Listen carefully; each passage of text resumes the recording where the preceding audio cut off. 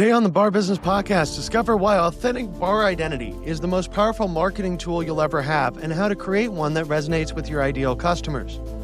Learn the value-based decision-making framework that naturally drives consistent operations and customer experience without micromanagement. And uncover the systems that maintain your unique culture as you grow, ensuring new staff and customers immediately understand how we do things here. Welcome to the Bar Business Podcast, where we help bar owners increase profits, attract loyal guests, and simplify operations so you can avoid burnout and finally enjoy your life outside of your bar. I'm your host, Chris Schneider, the Bar Business Coach. So today we're diving into what I really think is one of the foundational parts of every successful bar: a strong, authentic identity and culture that is going to drive everything from your operations to marketing to hiring.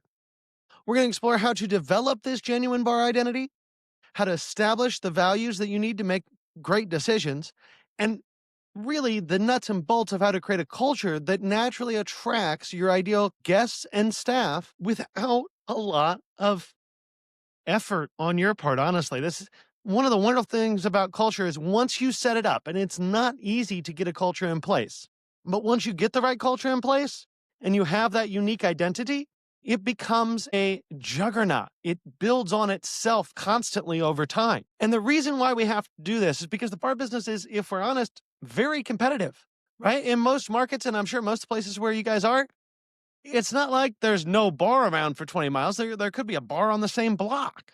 We're also in the middle of, in a lot of places in the world, we still have some inflation. We have a tight labor market. In the US, we have some ups and downs with tariffs and different things going on. So we have to find the way to create a culture, an experience, an identity that is going to allow us to rise above all these challenges that we're facing today.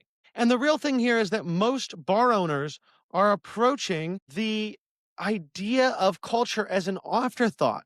You're focusing on the physical space, the menu, the POS system, all those tangible elements. But without culture, those tangible elements are just things in a building. So what we need to do is not superficial brand building or temporary team building exercises. We have to create something authentic that naturally attracts the right people for both our guests and our team and repels the wrong ones, which in the long term makes our systems and processes much more efficient and effective. So what we're going to do is we're going to talk through 5 elements to creating this culture. So first, we're going to talk about how do we even go about creating authentic bar culture. Then we're going to establish or go through how you can establish value-based decision-making. We're going to talk about developing that culture into one that attracts customers and staff. Then differentiation through genuine culture versus manufactured concepts. Right now, what sells is authenticity. So how can we make sure we're always authentic? And finally, we'll wrap up by talking about how you develop systems to maintain that culture as you grow. And that's growth rather in one location, or if you're expanding, which is wonderful, how you can maintain that culture across multiple locations. So let's dive in to talk about, first of all, how do you create an authentic bar identity? How do you build this culture? What is the foundation that you need to lay? What I would say is start with your personal why, your authentic reason for opening or buying a bar. Why do you want to do that? Now, we've talked about this before. If your why is because I want to party and have fun with my friends, good luck. That's not a culture that's going to resonate without some issues with your guests, because really you're saying, I want to create a culture for my friend group, not a culture for my community. So come up with your why and make sure it's authentic, but also make sure that it's speaking to your community, to what you're trying to do for the world, not what you're trying to do for yourself. And what we really want to do here is identify the intersection between what you're passionate about, what you're exceptionally good at, and what the market needs. So this is going to be different, right? For every bar, for every location, but there is in every good business. And I don't care, honestly, if we're talking about bars or landscaping or selling hats, whatever business you're in, your passions have to be combined with what you're good at, have to be combined with what the market needs. That is the genuine recipe for authentic success. So one of the things we want to do as we're going through creating this identity is define our target market, define our guest avatars, define our individual customer or ideal customer profiles, right? Who is your bar for? Now, a lot of people, if I say, who is your bar for? They'll say, well, it's for everybody. Well, let's be honest, you own a bar. It's not for everyone. It's not for people that don't drink, and it's not for children. Children don't drink. So just by having a bar rather than a restaurant, you've already started to define who your business is for and who it's not for.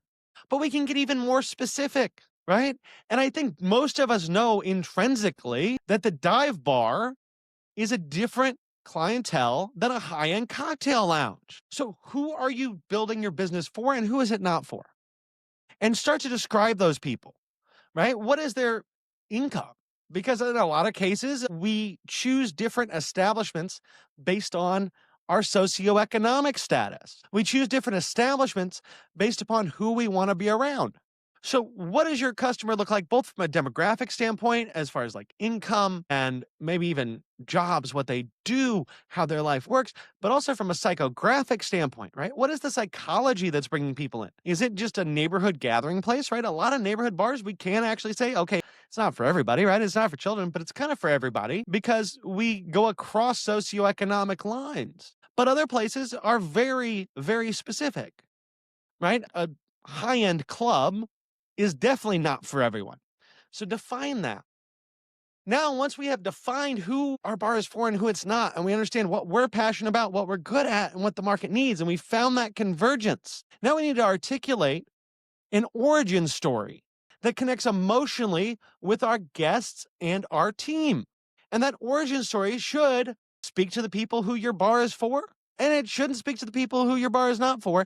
And it should very easily show how your passion, what you're good at, and the market needs have all combined, right? And we want that to be an emotional story because, let's face it, people love good stories. And when you tell them a good story, they are more likely to frequent your establishment, to trust you, to want to be involved in the great thing that you are building. So once we've articulated the story, now we need to translate that story into tangible elements.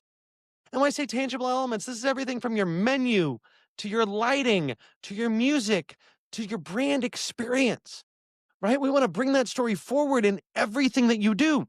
And we've talked a lot before on this podcast about creating a cohesive concept, that everything needs to ride together really well. So we want to make sure that all of this is cohesive.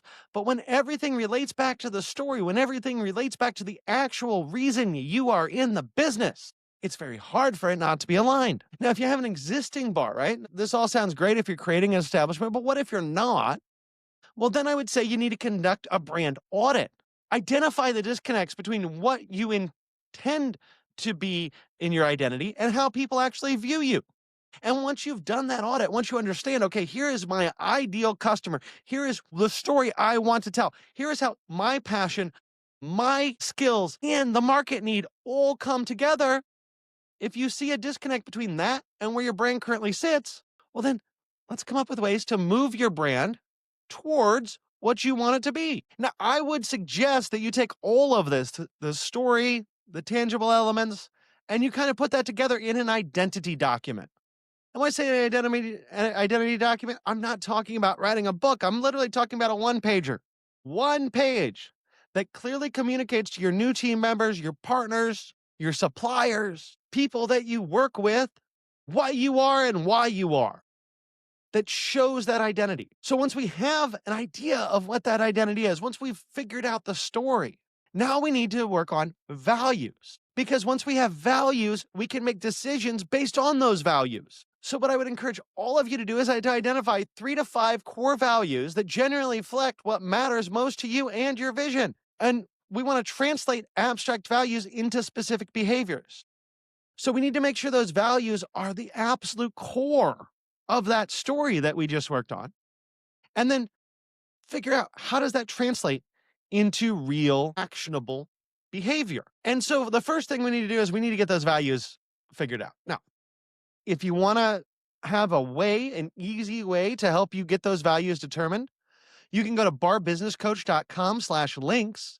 And in there, you will see a link to my workbook on bar values to help you set your mission, vision, and values. And it walks you through the entire process. I believe that's also in the show notes below, so you can just scroll down and grab it there. But once we have these values, everything we do then gets checked against the values, right? So anytime we're making a major decision, we need to look at our values. We need to look at our mission. We need to look at our vision and say, does this align? Is this making us more who we are or less of who we are? When we become more of who we are, that story gets amplified. Our guests have a better understanding of us. They really get involved in who we are. When we become less of what we are, we confuse people. We don't make them feel good necessarily because there's a disconnect between things in our business. And it just gives them, quite frankly, an unsettling feeling that's going to not encourage them to come back. So we need a values check for major decisions. We also need values to look at our values when we make small decisions. So every choice we make should be filtered through our values. And that especially is true when it comes to team management.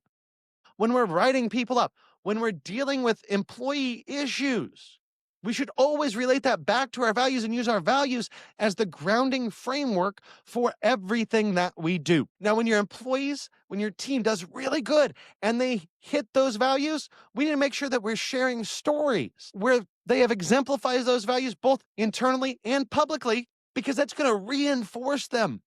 And that's going to help encourage your team to live those values more and more. And I also think we've talked before about you should do reviews on your staff on a regular basis. I'm big on monthly one-on-ones. And in those monthly one-on-ones, you should reinforce your values. You should show that your compensation, your recognition systems, your training all goes back to those values. And that's going to keep your team all on that same page, all with the same ideas, the same concepts, the same goals when they come into work. So we've established a story, we've established values, mission, vision, these guiding principles for our business. Now we have to take that and develop a culture that attracts both fantastic guests and rockstar team members. So what can we do? Well, we can create signature service moments that demonstrate your unique culture to your guests. If you haven't read it yet, there's a great book. It's by Will Gradara, I think is his name. I probably got that wrong, but it's called Unreasonable Hospitality. It's about 11 Madison Park. It's all about fine dining. I know a lot of you listening to this, you're probably like, well, I own a neighborhood bar. It's not about fine dining, but it is probably one of the best books out there on how to create signature service moments. And yes, as a small bar, you will never do what a, $200 average per person check fine dining restaurant does. But you can take some of those ideas, some of those principles, and find ways to implement them in a way that works for you. So create those signature service moments. Push your team to do those signature service moments. And most of all, when you have great service, when you have a signature service moment that works well, reward your team, point it out, encourage it. Now, beyond just creating signature service moments and training in that way, we can actually look at the physical environment and naturally encourage behaviors we want from our guests and staff by designing our physical environment in a way that reinforces that concept, that reinforces that culture. We also want to look at our training, implementing language patterns and vocabulary that reinforce our culture, right? I'm never a fan of the scripted, well, after 3 bites, you check back and you say these exact 20 words.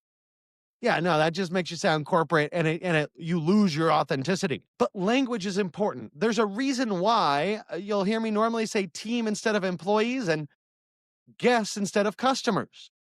Yeah, I use them both. And I have in this episode, I've used both already, right? But I like to refer to team because that's what you are. You're a team.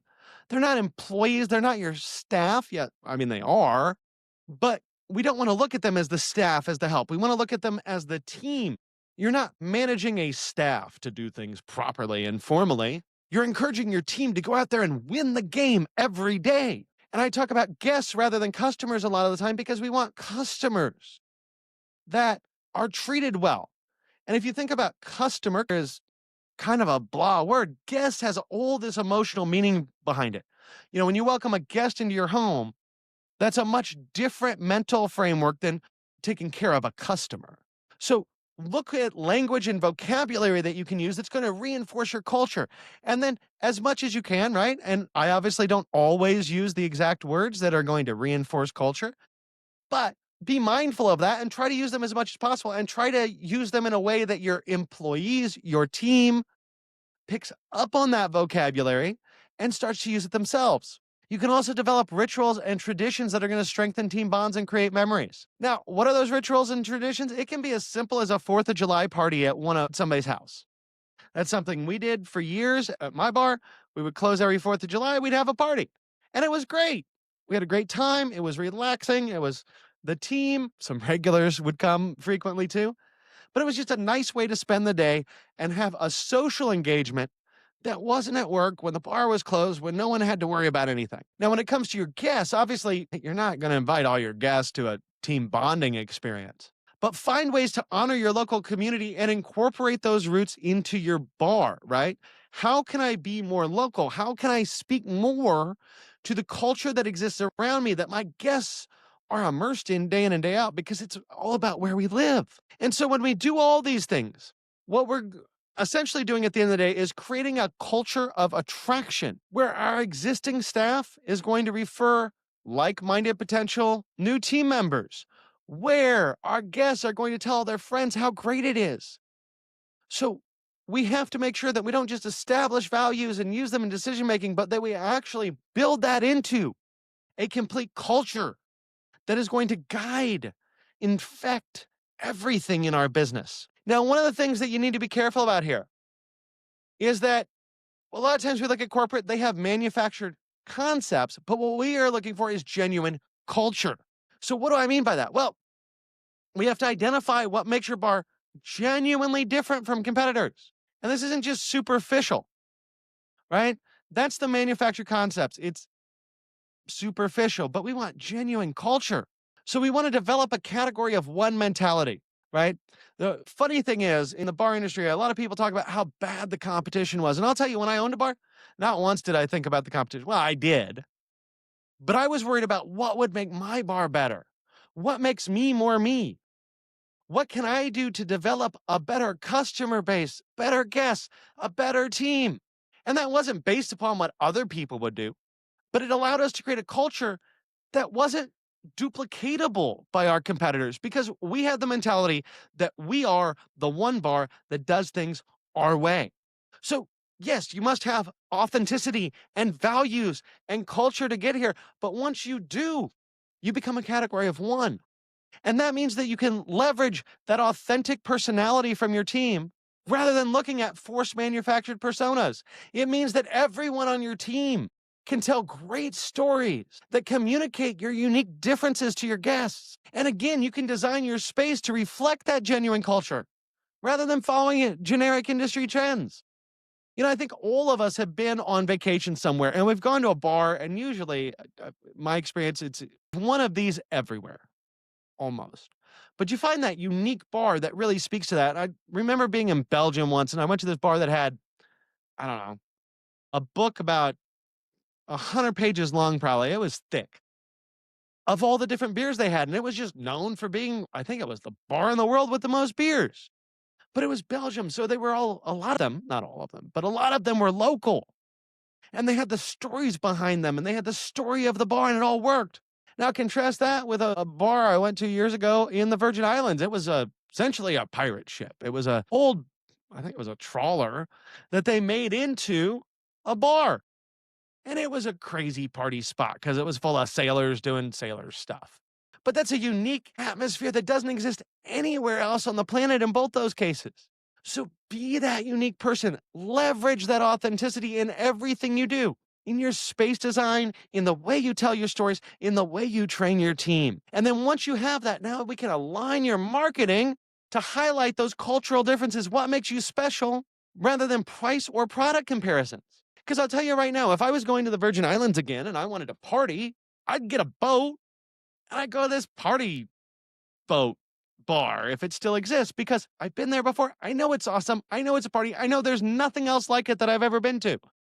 Or if I was with a beer lover in Belgium, I would go to that beer bar. The point is, you have something so unique where you can highlight those differences. I would go to those places. I'm not worried about other bars around, because to me, those bars don't compete with what I'm talking about. I'm not worried about what it costs me, right? I mean, especially when we're talking in the Virgin Islands, I'm talking about renting a boat to go drink at a bar. I'm spending money just to go there. So it's not about price. They've differentiated themselves by being truly unique in the world. Now, for most of us, we don't have a boat in the middle of the Virgin Islands that we're turning into a bar where we can be that unique. But there's always a way to differentiate yourself from what's around you. There's always a way. to get that leg up, to create something special where price and product comparisons are out the window and people come to you because what you do is different. It's amazing. It's great service. It's great, a great team. It's a great product. And that makes them want to come to you regardless of how far they have to drive, regardless of how hard it is to get to you, and regardless of what you charge. So once you've created all this, one of the most important things is to make sure that you have systems that can maintain your culture as you grow. Right? This is all great, but if you grow and you get bigger and it works and you lose it, you're going to lose the sales you got from having this culture and this experience and this unique identity. So we need to do a few things to make sure that we protect the culture that we're building. First of all, you need to create a cultural onboarding process that immerses your new team members in your values from day one. Right? Some of this they'll get through osmosis, just being in your bar, they're going to absorb it into who they are. But culture needs to be a key part of your training. In fact, all your training should come through the lens of that unique culture. In your handbook or as a separate document, you should develop your own culture handbook. But that's going to document kind of the unwritten rules and expectations. What is this different about your culture? What sets you apart? And it's really not unwritten because you're writing them down, right? But it's the stuff that most people don't write down, right? And it's not steps of service is common, but it's maybe psychology. Maybe it's, how to approach the table. Maybe it's how we interact with our guests. What kind of atmosphere do we want to give? How do we project that? And obviously, this is going to be very different concept to concept. So I can't be too prescriptive here. I really wish I could. But if you want to dig into how do I take the culture that I have, document it and grow it, scroll down the show notes, grab a strategy session with me. I'd be more than happy to talk about this with you and relate it to your specific situation so that we can get a little bit more specific than I can here. Now, we want to make sure that you're having regular culture conversations with your team. So part of your huddle should be talking about culture. One thing I've talked about before and I'm a huge fan of is that every time you have a huddle, every time you have a team meeting, you need to be sharing wins. You can frame those wins in relation to your culture. You also should design, in general, larger recognition programs that celebrate culture champions and where values align with behavior, right? Celebrate the small wins in the team meetings, but then also have a recognition program for the big wins, whether that looks like an employee of the month, whether that looks like a random award that just gets given out anytime someone on your team gives fantastic hospitality that's aligned with your values. And let's be honest, we're talking about people that work in bars and restaurants. Give them something that is valuable to them. I know a lot of us want to print out a badge certificate that says employee of the month, put it in a cheap Walmart frame and go, hey, here you go. Great job. But let me ask you a question. Would that really motivate you to do anything? I mean, I would rather, because that cheap frame and printing that out cost me $10, I'd rather give them a $10 Starbucks gift card. Or do trade out with some cool restaurants in the area so I have a stack of restaurant gift cards and throw them $25 gift cards to different restaurants. But do something that recognizes them, celebrates your cultural champions, and at the same time is something that your team actually wants to receive. Not some BS employee of the month corporate seeming scheme. You also need to make sure you have feedback systems that identify when your culture is being diluted or compromised, right? And a lot of that can even just come through reviewing your online reviews. When you look at online reviews, look at them through the lens of your culture. Because I think we all know sometimes online reviews are spot on. They are exactly correct. And they may say great things or bad things, but you can't argue with what they say. Sometimes online reviews show a misalignment between what the guest expectations were and what you provided. And then the question becomes, is that because we didn't properly promote our culture or put it forward? Or is that because the guests just had expectations that aren't aligned with what we are, and so they walked in expecting something different than what we are, and that's something that happens sometimes. Right? I mean, it's like going to Ed DeBevick's and expect them not to insult you. Sometimes you have cultures that just don't align. Your shtick doesn't align with what the guest expects. But identify that culture in your feedback and when you're reviewing online reviews and when you're looking at customer complaints. And if it's something where you drop the ball, make sure that you're reinforcing that culture, that you're going back and really hammering that in with your team. Now, something I've said before, and I think this is really important. Technical skills are not the most important thing when you hire someone. The first thing that your managers need to be looking for when they're bringing on new team members is cultural alignment. If your team doesn't have the right culture, if your team does not have the right mindset, you're not going to be successful. So make sure your manager is trained to look for cultural alignment above technical skills. That way, as you grow, as you bring in more team members, it's easy to get them all on the same page. And finally, create metrics that are going to measure your cultural health alongside your financial performance. We talk all about financial KPI, but look at coming up with some ways to measure your culture, measure how well that culture is being implemented so that you can look at cultural KPIs as well. Now, what those are going to look different place to place. And it could merely be something as simple as we design this recognition program for when people go above and beyond to show the culture. And we have a metric for how many times we give recognition to our team. So maybe the goal is that we should be handing out one of these recognition awards once a week. And so we're going to push the culture until we see so much of this that there's a naturally an award given out every week for how well our team is presenting our culture to our guests. But create that metric and then use it alongside your financial performance, because you can have great financial performance today and degrading culture today.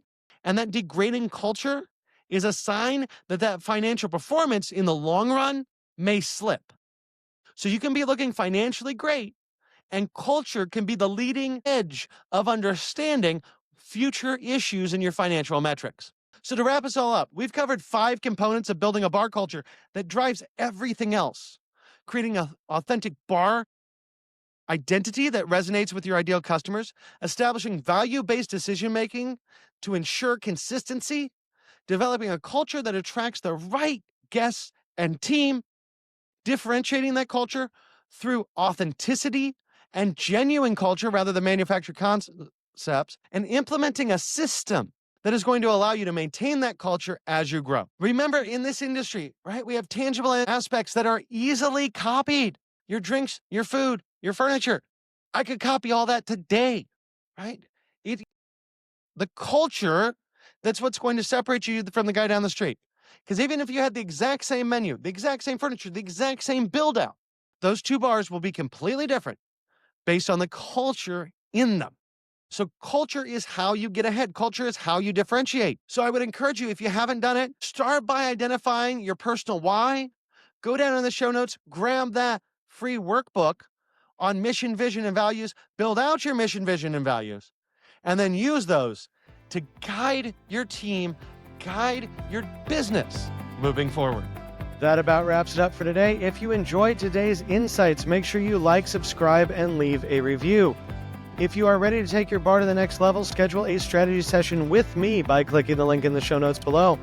Until next time, have a great day, and we will talk again later.